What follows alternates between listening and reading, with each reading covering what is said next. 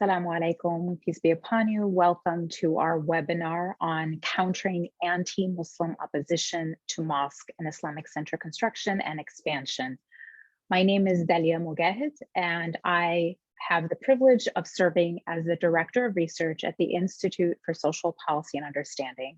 First, I want to thank our partners and our supporters for making our free programming possible. And we are so excited to be celebrating our 20th anniversary this year at ISPU. So please be on the lookout for more in terms of how we will be celebrating and how you can get involved. A little bit about ISPU for anyone who is not as familiar. You can always join our social media on Facebook, Twitter, and Instagram. ISPU provides objective research and education about American Muslims, and we do that to support well-informed dialogue and decision-making. We have two focused goals. One is to build understanding, and the second is to strengthen communities. Now, specific to this project, what we're going to go through today is a brief introduction and background on what the project is about, and then an overview of the analysis and learnings from 42 cases of mosque opposition. And then we'll do a very brief explanation of one case study, and we have the primary sort of protagonist of that case study joining us today to kind of tell us a little bit about what happened and how they addressed it. And then I'll close out by sharing recommendations for key stakeholders. And then we'll open the floor for Q&A. So very briefly, why we did this project was very simple. Is we found that starting in at least 1980, we found research that showed that there has been consistent and sustained mosque opposition to building mosques, opposition to expanding mosques. This is not something that happened in 2001. This is something that predates 9/11.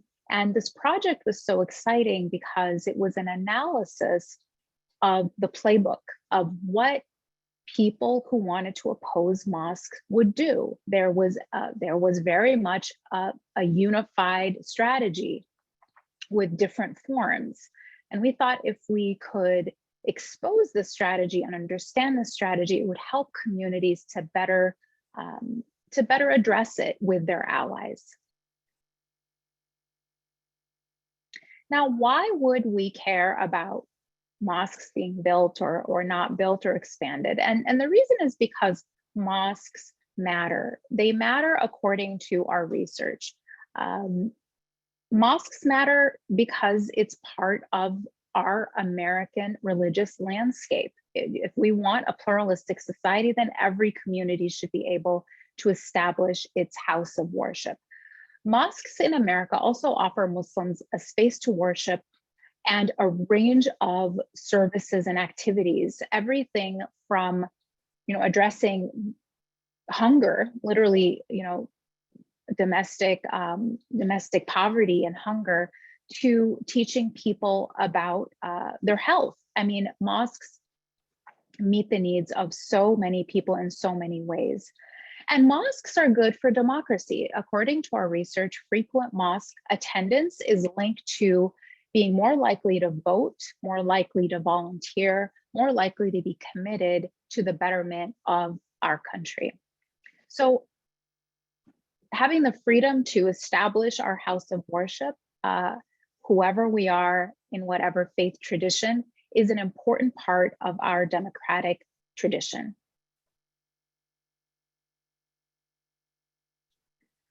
Now, the free exercise clause of the First Amendment is supposed to protect the freedom of religious practice. However, we have seen the growth and evolution of mosque opposition as well as mosques since 1980s. Most Americans, as maybe you know, don't say they don't personally know a Muslim. So it becomes very easy to be manipulated by a well-organized and in some cases well-funded effort to oppose building mosques. And this has happened since the 1980s. I also just want to put a pin in the idea of the Islamophobia industry, because this is the background of where mosque opposition really originates. It's an industry that we've talked about many times in our work that has access to literally millions of dollars with the goal of perpetuating and manufacturing fear and hatred of Muslims. It is made up of a network of individuals and institutions whose entire livelihood is to churn out hate material to alienate and disenfranchise Muslims from their own country. And so before I go any further, I'd like to introduce my friend and colleague and partner on this project. Really, we could not have done this without Rachel Brown. She is first one of the contributors to the report that we're releasing, and the founder and executive director of Over Zero, who did much of the research for this project. So Rachel, please take it away and just give us a little bit of background on your work. Thank you so much, Dahlia. So Over Zero works to prevent, resist, and build resilience to identity-based violence and other forms of group-targeted harm, targeting entire groups of people based on their identity, whether that is a religious, ethnic, national, or other identity. And we work with a very wide range of partners to help link research and practice and to equip and activate leaders across really diverse sectors to leverage their voices and platforms towards these goals. And we also work with communities, community organizations, and community leaders who are the targets of this type of identity-based violence and group-targeted harm to support them in their work. We focus especially on narratives, on rhetoric and patterns of communication that increase the likelihood of groups being targeted with harm. And we see very clear patterns emerge. And we've seen many of them in our public discourse in the United States. And as you see outlined in this report and some of the practices on pushing back on harmful narratives, we've focused a lot on how these narratives have targeted different communities in the United States, including the Muslim community. So we're incredibly grateful to have partnered with ISPU on this project and to support their incredible work on this front. And we really see potential with this research and toolkit. We see this as a tool for pushing back on risk factors for identity-based violence and targeting of groups with harm, of which impinging on freedom of religion is one. And when we look at identity-based violence and harmful rhetoric, one of the things we're concerned with is to identify whether there are known flashpoints. Are there events or moments when we see escalations or when we see these types of narratives rise to the surface? And as you've just heard Dahlia outline, the construction of mosques or expansion of mosques and Islamic centers have been used as flashpoints for the Islamophobia industry and for the targeting of Muslim communities, often targeting the freedom of religion, and as you see in the report, couching it, cloaking it in more innocuous narratives, things like noise complaints. So I really see the promise of this research and this toolkit in really unearthing those dynamics, those strategies and tactics, not only to respond and to push back on them, but to instead use these moments that could be turned into flashpoints as opportunities, as you'll see in some of the best practices from the case study. So really looking at these moments as opportunities for proactive action to build a broader set of relationships and support across different stakeholders, to engage across communities, to undermine harmful narratives, and ensure that bigotry finds itself unable to flourish at these moments. And so with that, it is my pleasure and honor to introduce the wonderful Dr. Elizabeth Yates, who we worked with on this project. She's a phenomenal researcher. She's the new senior researcher for anti-Semitism at Human Rights First. But prior to joining HRF just this month, Dr. Yates spent 4 years as a senior researcher on the domestic radicalization team at the National Consortium for the Study of Terrorism and Responses to Terrorism, the START program at University of Maryland, where she really focused on topics such as extremism in the US military, the growth of anti-Muslim terrorism, mass casualty hate crime attacks, and disengagement from right-wing extremism, amongst other topics. So with that, I will hand over to Dr. Yates. Okay, thank you so much. I will just take 1 second to thank everyone here, those at ISPU, Dahlia, and others who took this research, this early research, and extended it and built it into the relevant and rich report that it is now, and also to Rachel at Over Zero, who was a wonderful partner in this, and finally to my research assistant, Megan Kelly, who I nabbed as an undergrad and is now a graduate student doing all kinds of fascinating research. So thank you, Megan. So yes, our methodology in this project was fairly simple because our goal was actually fairly simple, and that was to try to identify, describe, and on some level to quantify the anti-Muslim sentiment that we knew was present in opposition to mosques and Islamic centers. So we started with a set of links to articles and information about anti-mosque activity that's been compiled and remains updated by the ACLU. And we looked through those cases and identified incidents that were specifically opposition campaigns to the introduction of mosques or the expansion of mosques. And then we basically dug into these cases as much as we could using publicly available sources. So for the most part, that included things like newspaper articles, watchdog reports, in many cases, transcripts, and in some cases, recordings were available and where we had time to look at what happened at zoning board meetings or county board meetings, that kind of thing. And our goal was, again, to understand what happened, to understand as much as we could about the events leading up to these conflicts and then through them. So we usually made timelines of each event, and then we tried to understand, what people were saying and how they did it. That is to track both the narratives and the tactics and strategies. So again, so that we could sort of say something about this phenomena as a whole. Okay, yep, next slide. Thank you. Okay, so of the 42 cases we looked at over this period, we found that there was explicit Muslim bias among the public records that we could find in about 30 cases. So in these 30 cases, as we dug deeper and deeper, we focused on the timing of the opposition to the events, understanding the relationship between national and local narratives, as well as the different types of tactics used. Next slide.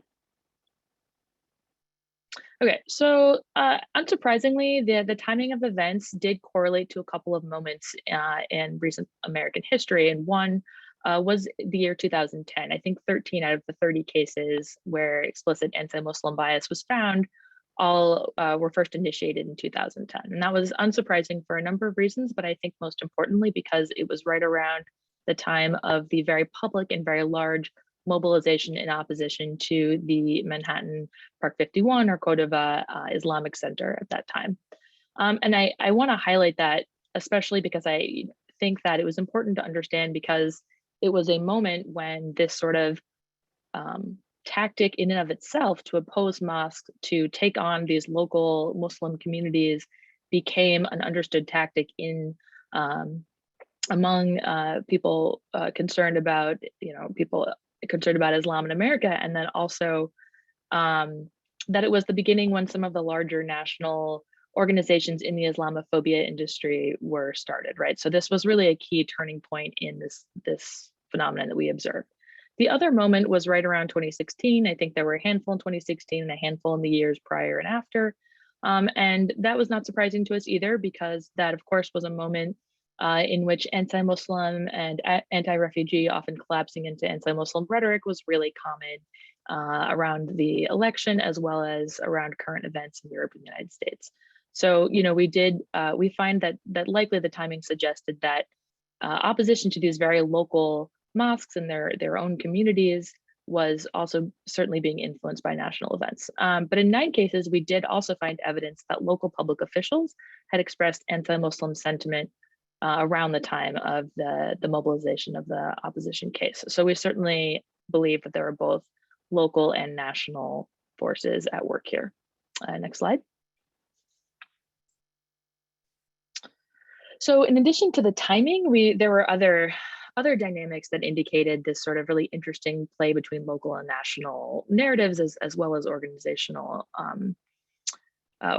forces here. So for example, in 13 of the 30 cases in which there's explicit anti-Muslim sentiment, we found that there were organized groups or political actors who became involved in the campaign. So in some cases, in a couple of cases, this might have been national legal groups that, like filed lawsuits or supported plaintiffs in legal cases. In other cases, this might be sort of small grassroots political groups like Tea Party groups, or in other cases, groups that formed in opposition specifically for this event. And what that showed us was that in nearly half the cases with anti-Muslim sentiment or explicit known anti-Muslim sentiment, there was a lot of popular mobilization occurring. And I use the term popular to mean, grassroots in this sense. In 23 of the cases, oh, I'm sorry, can you go back? I know, I'm not quite done with that last slide. Thank you.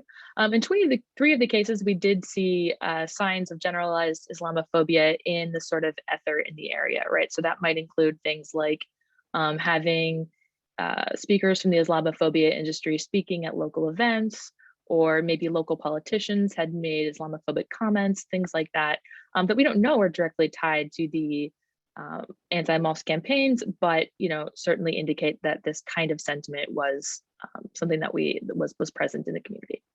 And again, these are probably, it's a very small number of these cases that we're actually able to find evidence for. We do imagine that all of these are phenomena that are much bigger than we were able to capture in local sources. And then the last important thing I want to point out here is that we did also find that in 25 of these 30 cases were covered by news sites or organizations that frequently traffic in Islamophobic rhetoric and anti-Muslim rhetoric. And so by covering these local stories, they were drawing attention to it from well outside the community. So while even though these conflicts occur in the legal sense and in at the community level, they're happening in local zoning boards and local communities and county boards and that kind of thing. They're also very much influenced by this nationalized rhetoric as well as to some extent national organizations. Okay, thank you. Now ready for next slide. So we tracked basically what kinds of arguments we saw, and some were the very typical arguments you might see when new projects might emerge, so land use and zoning issues, traffic patterns, that kind of thing, say, pedestrian safety, neighborhood concerns, all of those kinds of standard claims, which may or may not be based in reality. But we did also find some suggestion that some of these concerns might be used as cover for Islamophobic concerns. There was at least, I think this was referenced earlier, there was a book that we found that was written by, was basically written as a manual for local communities to oppose mosques. And it was very explicit in saying, don't say anything Islamophobic, focus on the legal mechanisms, and had a lot of strategies and tactics. So while we were able to identify the Islamophobic and anti-Muslim sentiment by looking at public sources in a number of cases, we also know that likely we are missing a lot of it because people are smart enough to avoid expressing that publicly for fear of undermining their goals. Okay, next slide. So I'm sure everyone in this webinar right now is really familiar with a lot of the Islamophobic narratives that have just become increasingly present in recent years, but certainly that mosques would harbor terrorists, they would drive radicalization, and that somehow Islam is incompatible with American democracy.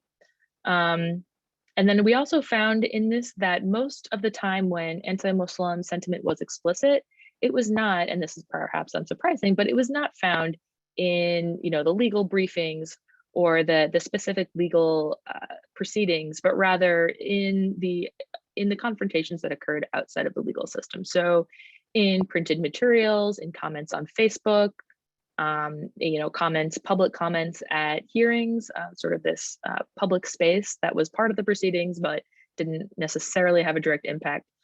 So, that was not surprising either. Next slide. Okay, I'm just going to go over a couple of the examples of anti-Muslim narratives that we found. One that we found repeatedly was mosques will encourage, Islamist extremist radicalization. You can see in the quote here, this is someone who's holding a sign at a rally in Brooklyn, New York, saying, what can mosques do? They can promote jihad, they promote Sharia, they turn people against each other, etc. Clearly, this person is showing up in order to oppose a specific mosque, but clearly they're driven by much broader, I would even maybe say ideologies, anti-Muslim or Islamophobic ideologies. And we saw that repeatedly. So in another one, we saw the repeated claim that Muslims do not assimilate or integrate. And of course, in that claim is implicit this idea of what people should be assimilating to, right? What this implicit idea of what an American is. And, this person said something, this again, outside of this comment on a Facebook page about a local conflict, but they said Islam is the enemy, look no farther than Europe. Again, this was in 2016. They're referencing a lot of the rhetoric and propaganda that came out around that moment. And then finally, Islam hurts women. In a 2015 case in Sterling Heights that was extremely contentious, a person held up a sign saying, we don't want to be near people like this. And so again and again, we saw when it was explicit that locals were using these, they were reacting to these local conditions, but they were speaking in rhetoric and terms that are part of, unfortunately, the national discourse. Okay, next page. I won't spend too much time on this, but we also did track the frequency of the anti-opposition narrative. So how communities reacted to this.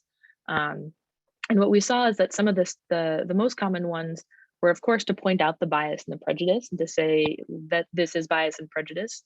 This is animating. This is not, a concern about the pavement. This is a concern about who we are as people and a lack of respect for our rights. But another one that was interesting was to point out that, of course, Muslims are a part of the community, right? To challenge that implicit, sometimes implicit, sometimes explicit claim that Muslims who are building a mosque in the area, and these are communities that already worship in the area and are building purpose-built mosques, that they somehow aren't a part of the community already. And so that was just a point of contention that we saw over and over again. That was obviously very much infused with Islamophobic animus. Okay, next page. And the last point I think we'll make here is that these were very multifaceted campaigns, right? That you saw opposition. The most frequent tactic was we saw opposition occurring in public hearings and meetings. We had people coming and standing up and expressing that opposition. We know in some cases that the people found out about these local, zoning board meetings and such from Islamophobic actors in Facebook groups or online. Again, most people are not going to their zoning board meetings in their county or in their area every time that there is, a planned transformation, and especially, so there was some evidence that, in many cases, this is an organized population responding to these actors. And then the same goes for different elements like letters to the editor, calls to local leaders. On the next page, you can see establishing, next slide. There were sometimes they established organizations or they mobilized through existing sort of political organizations. So again, this is these were multifaceted campaigns, frequently, not always, sometimes they were small. But they were people sort of using the typical tactics of political mobilization to advance this incredibly Islamophobic and harmful, these campaigns. Is that my last slide? I think we're moving on. Yes, okay, sorry, thank you. Yeah, so thank you. I'm happy to speak to any more questions about this, and I want to move on to some of the really detailed work that ISP was able to do. Thank you so much. Thank you so much. And I do want to recognize Azka Mahmood as well, who was a co-author of the report and specifically worked on the case studies that we're about to hear about. So let's go ahead and bring everyone who's going to be on our panel on, starting with you, Dr. Sultan. You are the president of the Mclean Islamic Center. It was my local masjid and I lived through this story. So I'd love for you to just very quickly summarize the main challenges that we faced as a community at the Mclean Islamic Center, and then what were some of the lessons learned from addressing that challenge? Sure, thank you so much, Dalia. Assalamu alaikum, good afternoon. Mclean Islamic Center is located in Northern Virginia. We're in a county called Fairfax County. Several years ago, we made an offer to purchase a property that had been a church. And so we were looking to buy the church that was for sale and use it as a house of worship. So the particular house of worship that had existed there had a declining membership. It had essentially been abandoned for months at times where no activity happened there. The landscaping started to overgrow. It was a dormant space that was just unused property. And so the custodians of that house of worship had listed it. Given its location, most likely it would have been destined to be sold and partitioned into more residential for that space. It wasn't a very large space, but you could have easily put a couple of high value homes on that land. So we made an offer to purchase it and it was entertained. Our offer was conditioned with the fact that we obtain the zoning so that we could use it as a house of worship. And so for that reason, we kind of engaged into an agreement with them that would span more than a year. Although they wanted to sell it right away, they were willing to wait for us to get our permitting because we told them that our intention was to take this almost historic property that had been used for the work of God and continue to do that work there. And our intention was not to change the exterior of the building much. It wasn't to have a major change to that corner. We weren't trying to destroy everything and rebuild. And so I think that to some extent that appealed to them. And to this day, the building is largely the same on the exterior. So that was kind of a little bit of the background of what we were looking for.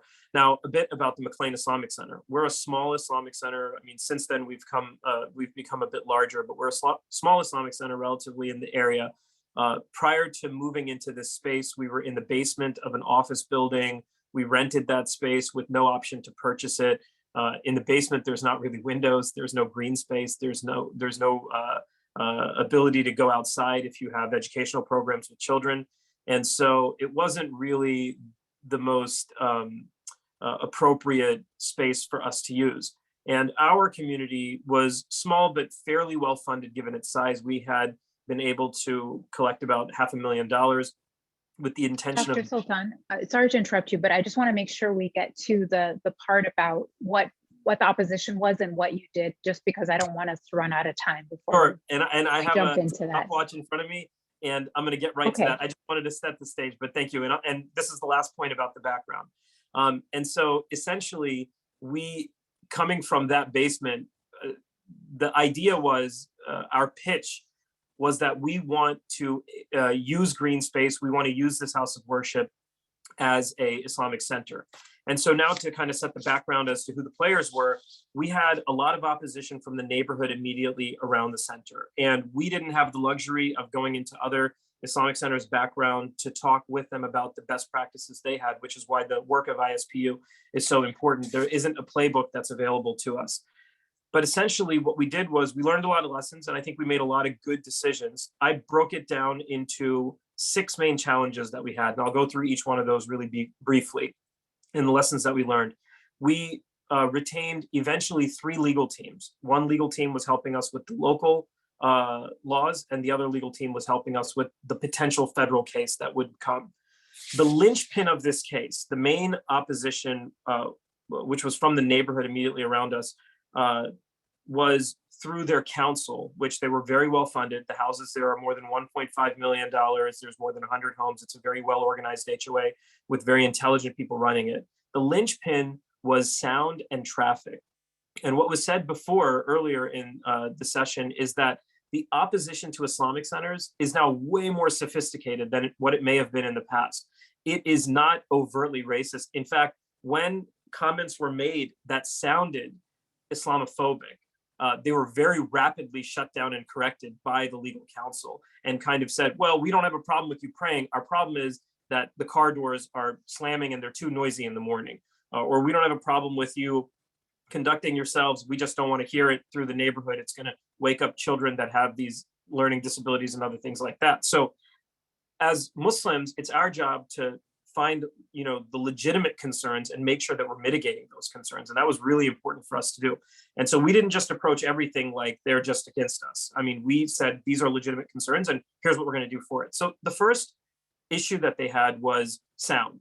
And this became a very expensive issue to address because it requires sound studies. A sound study can easily cost $15,000, $20,000, where you open and close a car door and you, with multiple microphones, measure how many decibels are there.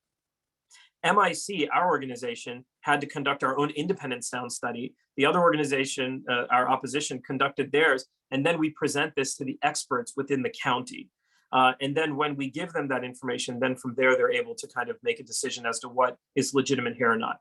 The second point was the traffic impact, how much traffic was rolling through that space and the noise that it makes from the tires touching the roads. What we find is that a small Islamic center with a couple hundred parking spots or even less against an intersection that has 60,000 vehicles that go through it on a given day. I mean, it's not even a fraction of a percentage. And so addressing this in a logical a way that doesn't come across as being defensive is important. So we had to understand the traffic.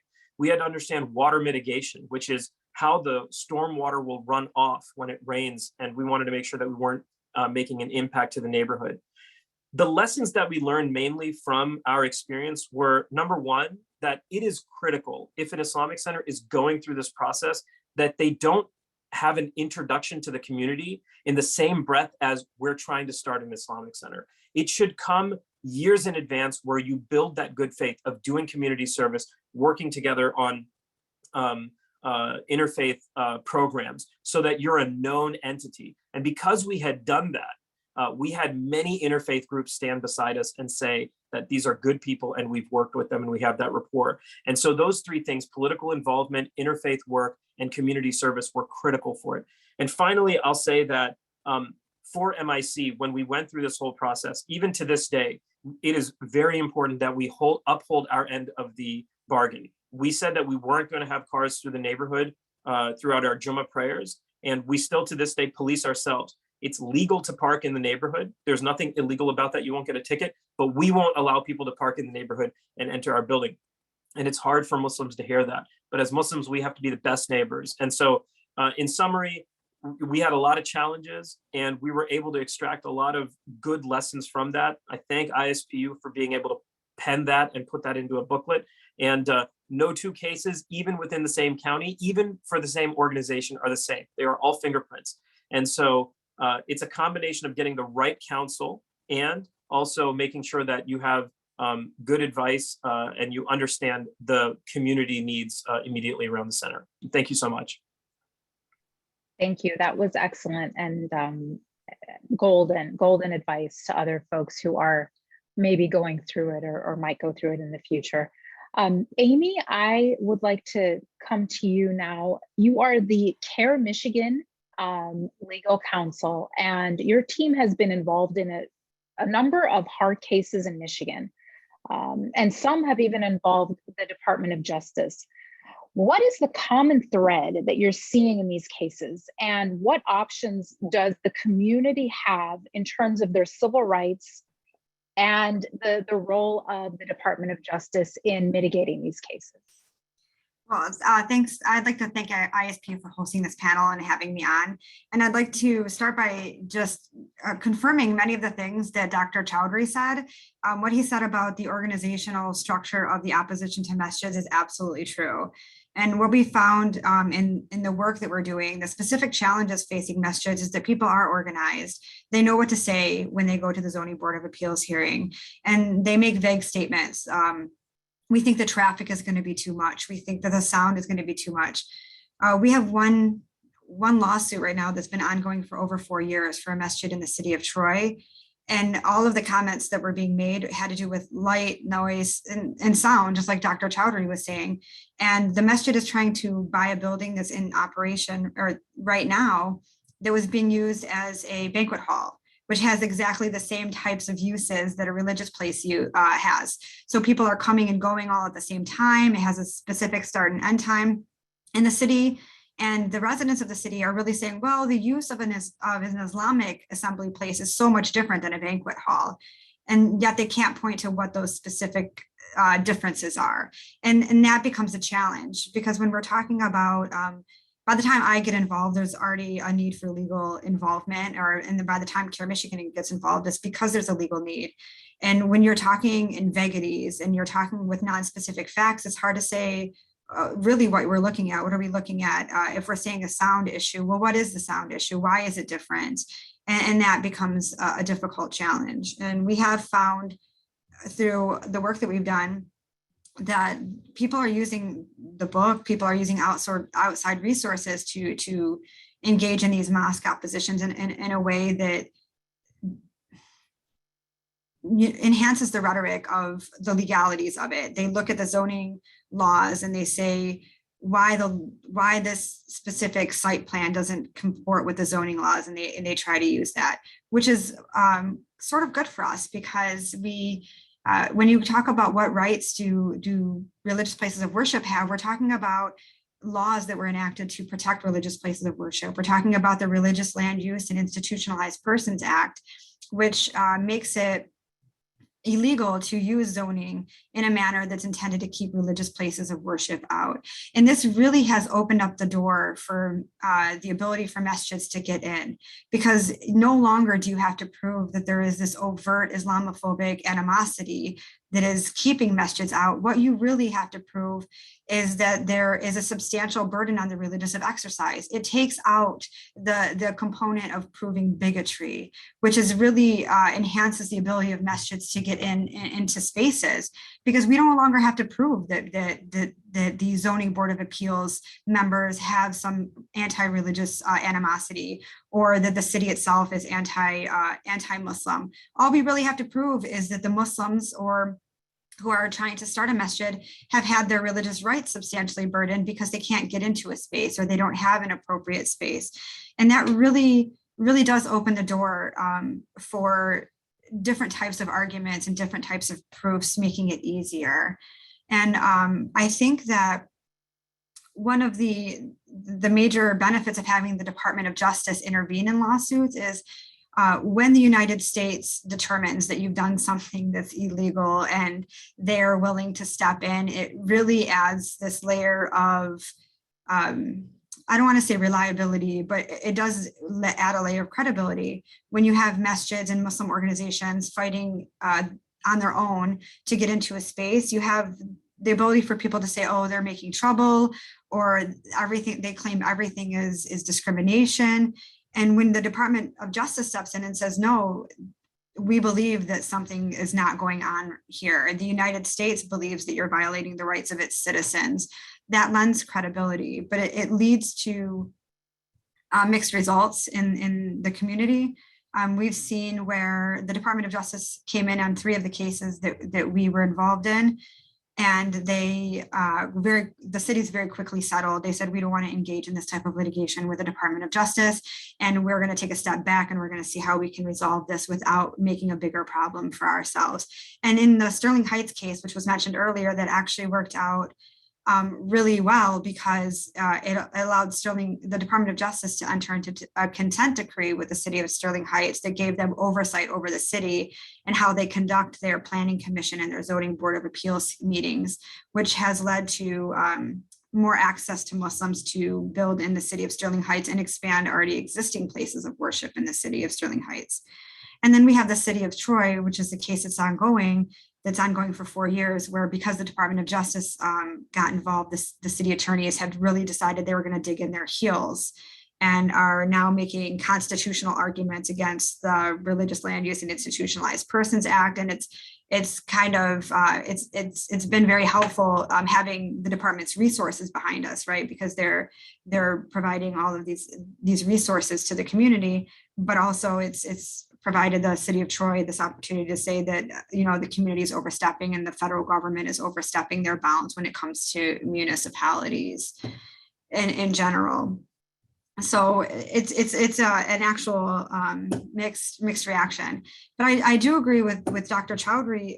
One of the things that's very important when you're talking about getting an Islamic center opened in a community, there are a lot of options out there for Muslims in the community, including, you know, going to community members before you're trying to open the masjid, having discussions with the city planning commission in advance of submitting plans and taking ideas to them, getting involved in the community in itself, and making sure that you've actually done your homework with regards to what the zoning requirements are, what the building code requirements are, so that when you present your plan to the city, it's very important to present it in the most concise way and in the way that really provides the most information and really shows that you've met your burden of proving that your site and your expansion fits the space and fits the city and fits the master plan of the city. So doing your homework is really important, and sometimes just reminding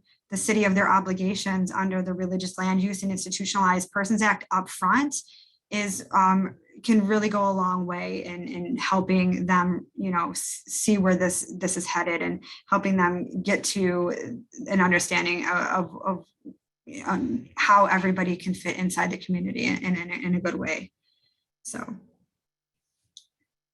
Thank you so much, Amy. That was incredibly helpful, giving us another perspective from the ground up.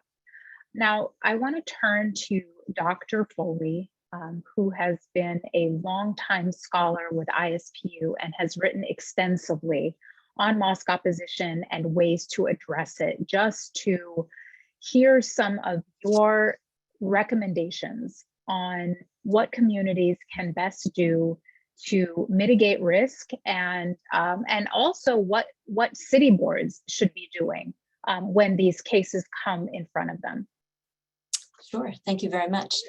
I have sort of a unique role in this group because I have both done research on mosque conflict, but I'm also a mayor in a small municipality in the Hudson Valley of New York State. So I've seen this from both sides. And the one thing that I think is important is contextualizing and knowing that human beings are terrible at change. And it almost doesn't matter if the change is a masjid or it's a gas station or a housing development, a commercial use. I'll tell you tonight, I am girding my loins for this evening. We have a very conflictual conversation coming up about the expansion of a state park, which will bring public amenities to the community. And that too is controversial. So I think that change brings everyone, regardless of what the outcome is of the change, a level of anxiety. And of course, in the same way that contextualizing in 2010 and 2016 is important, it's important to remember now that we are, on the heels of a pandemic where the economy is a wreck, where the world is engaged in war, and the public in general kind of doesn't know where to put anxieties. And so we see those anxieties filtering down to the local level in kind of silly ways. The color of the new municipal garbage cans, right? Because that's something that a municipality, that the resident can grab and feel as if they have some influence on because it's simple.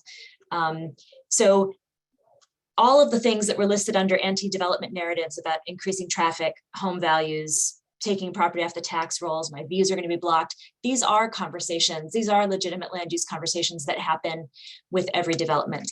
I think, as Amy said, it's super important to remember that the level of sort of constitutional theory that she's talking about and federal legislation doesn't often filter down to the local level, and you have folks sitting on town boards and in mayoral positions, town supervisor positions, and the folks they appoint as land use officials who don't have a background, and at the local level are making important land use decisions without the background they need, and not understanding that what you can't say that, you can't talk about that, right?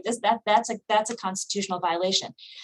One of the things I think it's important to work with your local elected officials on early on is a conversation about the fact that we all do take oaths, no matter what our level is. We all take oaths to uphold the Constitution of the United States and our states and local laws, and we're obligated to do that for everyone, and we're obligated to do it across the coverages of rights in the Constitution, even at the local level. It's not the job of local officials to do the hearts and minds campaigning that you're talking about. I am in some ways heartened to hear that we're moving in a direction away from overt Islamophobia being mentioned in hearing rooms. It becomes more complicated when you're talking about land use concerns, but it does become over time easier to identify what's legitimate and what's not. You've addressed the concern, you addressed the sound concern, right? Now we move on. If we're still talking about sound and we have data to make our decision based on, we're not really talking about sound here, right? Having reasonable responses to legitimate concerns should be the focus and should be moving you past. And I think one of the bars that local officials have to ask is, would we ask for this requirement if we were dealing with a Presbyterian congregation or an Episcopalian confrontation? I went back and visited one of my case studies last week, and I couldn't believe almost every parking space had a sign that said park only between the white lines. Can you imagine asking another congregation to put a sign on every parking spot that said only park between the white lines? So there is also, I think, an element that in the past there has been a willingness to compromise on things to get the project done. And what I would say to Muslim communities is, working with your local officials, understand what is actually a legitimate concern and what is something that you can address together to mitigate impacts, but you don't need to compromise to a point where you are giving up things that are essential within your institution and that are beyond what would be asked of other congregations. And you have the groundwork to stand on to do that through our LUPA and resources across the country. Did I answer the question that you asked? Yes, you did. Thank you so much. Thank you so much, Dr. Foley. And thank you to all our panelists. I just want to close out the panel by going through some of the recommendations, in addition to everything we just heard, that are compiled in the report. And we've set up recommendations for different stakeholders, starting with media. When you're a media professional and you're covering a story on mosque opposition, there's a number of things to keep in mind. First, get educated on how to cover Muslims objectively, and we have resources for that. Perhaps we'll put a link in the chat for you to look at our toolkit. Be aware of setting norms. So avoid depicting the opposition as more prevalent than it is. Don't make it seem like everybody, there's this huge opposition when it might just be a small group of very vocal people. Highlight the community's self-declared positive values and identity rather than amplifying the opposition's counter allegations against the community. And then try to avoid, repeating and perpetuating inflammatory and dehumanizing language if it happens to be part of the case. Now, recommendations for mosque leadership, and we've heard a lot already. Build strong neighborhood relationships with businesses, with residents, and with civic associations. Educate community members and leadership about possible mosque opposition strategies and narratives that are, for example, summarized in our report. Preempt anticipated legal obstacles, so do the homework. Assemble a strong team of experts from within and outside the community. Retain the best possible legal counsel that you can afford that benefits the nature of the opposition. Honor promises made to neighbors, and I loved what Dr. Sultan said about that, and then develop and offer a concrete path to addressing future grievances. Recommendations for interfaith and community allies. So if this is happening in your community and you want to help support the local Muslim community, build a coalition with community partners, including local businesses, houses of worship, and civic leaders.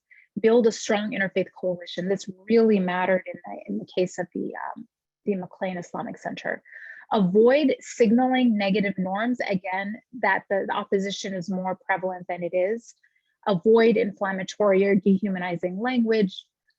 Prepare coalition members for rapid response. This was incredibly important when it came to the Mclean Islamic Center, is just to be able to show up to these meetings that sometimes would be announced very last minute, and create a messaging plan using the most effective messages and channels, and then use best practices to correct misinformation. So be quick, use positive framing, and avoid reinforcing stereotypes. And then for policymakers, for city council members, build meaningful relationships with your local Muslim community and with their leadership. Establish direct channels of communication with your local Muslim leadership and community. Reach out to the local Muslim community and leaders to understand the issues and confront misinformation. Understand that there is such thing as an Islamophobia industry, and there are efforts to create fear and resistance. And learn about anti-Muslim agendas disguised as anti-development arguments. Just educate yourself on this playbook. It is literally a playbook that teaches people how to oppose mosques using all of these strategies of land use opposition. And then pursue factual information on the effects of diverse faith communities and contribution and character of the local Muslim community. So with that, I want to now, in the time that we have left, go to our Q&A. Let's go ahead and start with Clay. Thank you for joining us. How would the speakers characterize the following scenario? Islamic Center of Pflugerville set up a development zoning hearing for a masjid. However, when the hearing day arrived, the ICP asked for both a masjid and several shops. As a Muslim, I was shocked by the masjid bait and switch. We had gotten community support for the masjid, but that support fell apart with the surprises of shops. I see this trend of trying to fund masajid with shops. Neighborhood places of worship are zoned very differently than shopping use. What are your views of this mixed, what are your views of such mixing? I can start with a quick answer to that. I mean, first of all, we'd have to have a lot more information here. When you have R1 or R4 or R8 type zoning, it's residential, it's not mixed use. You can't do a quick bait and switch and say, well, now we're going to put a gas station on it.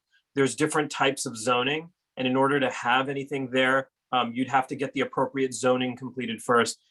Even if you were to think smaller scale and say that our Islamic Center wants to develop this space, oftentimes the conversation of, are you going to have food trucks on Friday, will happen right at the onset of that. Even something as simple as just having a food truck there, you just can't place something like that on your property without making sure that it complies with the local laws. So I understand the sentiment of feeling like somebody did kind of a quick switch, but I think it's probably going to be a lot more nuanced than that. So I would probably need to see a lot more information before being able to fully comment to that. Would anyone else like to add to that? I can speak a little bit to that.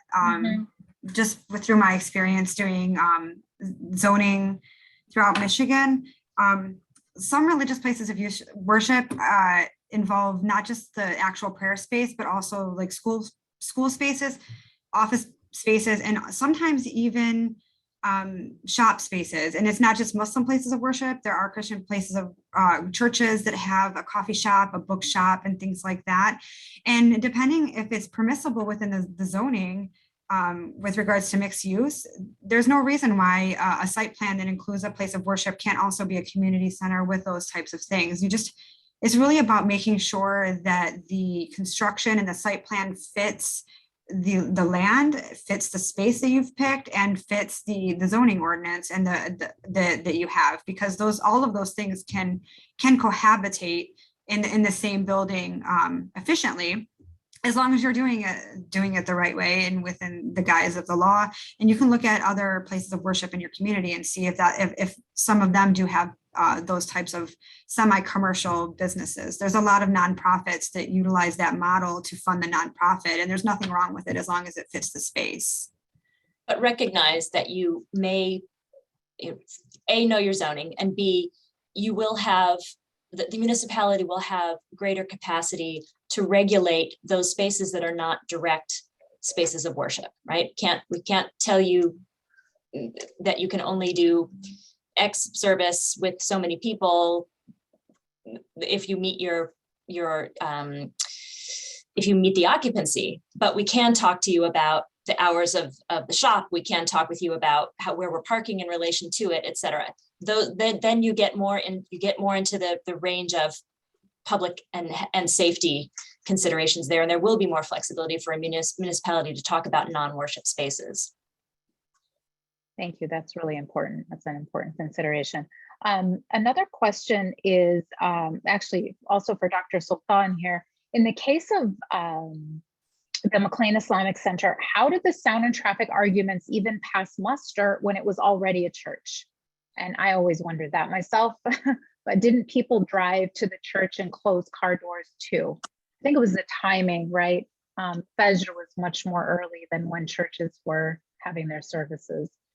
Lots of differences. I mean, when you have something, whether it's a property or a vehicle or a commercial building, you can't expect that when the next person purchases it, that whatever you are doing, they're a shoe-in to do. So if you have a health facility and it's sold to another company that conducts healthcare work, they have to show that they're going to comply with all of the laws before they open that space up. Similarly, a house of worship, just because it was used as a church, doesn't mean that you can automatically use it as a house of worship, even if it's within the same faith tradition. Does it have the right type of building construction? Is there a fire suppression system? Does it meet the codes of what's happening right now? The mayor mentioned occupancy. The number of cars in the parking lot, the ratio of the number of vehicles per person inside of that vehicle or per people inside of that vehicle changes over time. So the church was built in 1950. The Islamic Center was being purchased now. And so a lot of laws have changed in that period of time. And so we have to demonstrate that we comply with it. Now, specifically to the sound and to the noise, to the noise and to the, what was the other thing? The traffic. So here's the major concern. It's not just satisfying the laws, because we're taking a residential land and saying, can we use it as a house of worship? There isn't a cookie cutter design for that. It's, well, when are your services and how many people are coming and what days of the week and when are your holidays? And so because they had all of those questions, and we said Fajr, as Dalia mentioned, we said Fajr, they said, well, how many people are coming?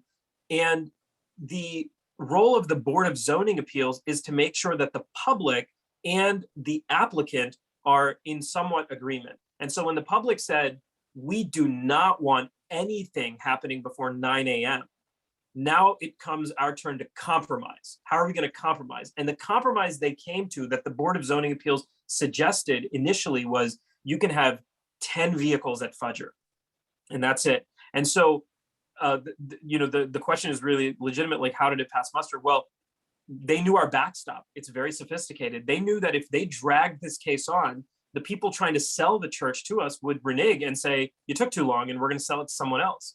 And so for us, it was, do we compromise here and get the land so that we can use it for all of the good work that we want to do, and we compromise a bit on Fajr? Or do we say, no, if we can't have 100% of our parking lot filled at Fajr, it's a no-go, and lose the entire property? And so there were stages to it. And we were never trying to be misleading, but when our community grew, where more than 10 people were coming for Fajr, we went back to the BZA and said, we want to ask for an appeal. And they put everything back on the table. Alhamdulillah, now we have no restrictions on Ramadan, on Eid, on Fajr. We have guidelines for Jummah and other things that we do, but it's not like you can only have 10 people there. And so it passed muster because there was that need for compromise, and we had to be cognizant of what was going on there. And then one last point about the noise. Yes, there are people that live in the neighborhood, and this was a completely illegitimate thing. And it was a little bit easier for us to respond to.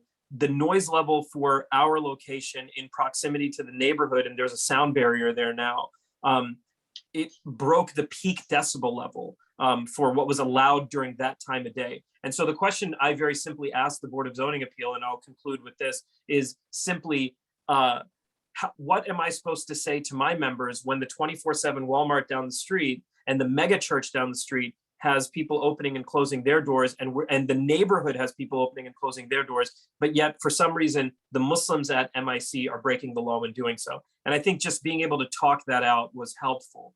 But until you talk it out, it can be a legitimate concern that a lot of people can give reasons for. You've raised something very important, Dr. Chowdhury, and that is experience in the neighborhood. And what I have seen in going back and looking at cases that I've studied prior is that after the Muslim community had a track record in the community, parking wasn't this terrifying issue that it was before. Noise wasn't the terrifying issue that it was before, because folks got to see in a real neighborhood context, okay, we can cohabitate, we can get along and survive together here in this neighborhood. And so there is something to be said for track record, and based on that track record, going back and renegotiating. Wonderful. Thank you so much. And unfortunately, that's all the time we have today for this really interesting webinar.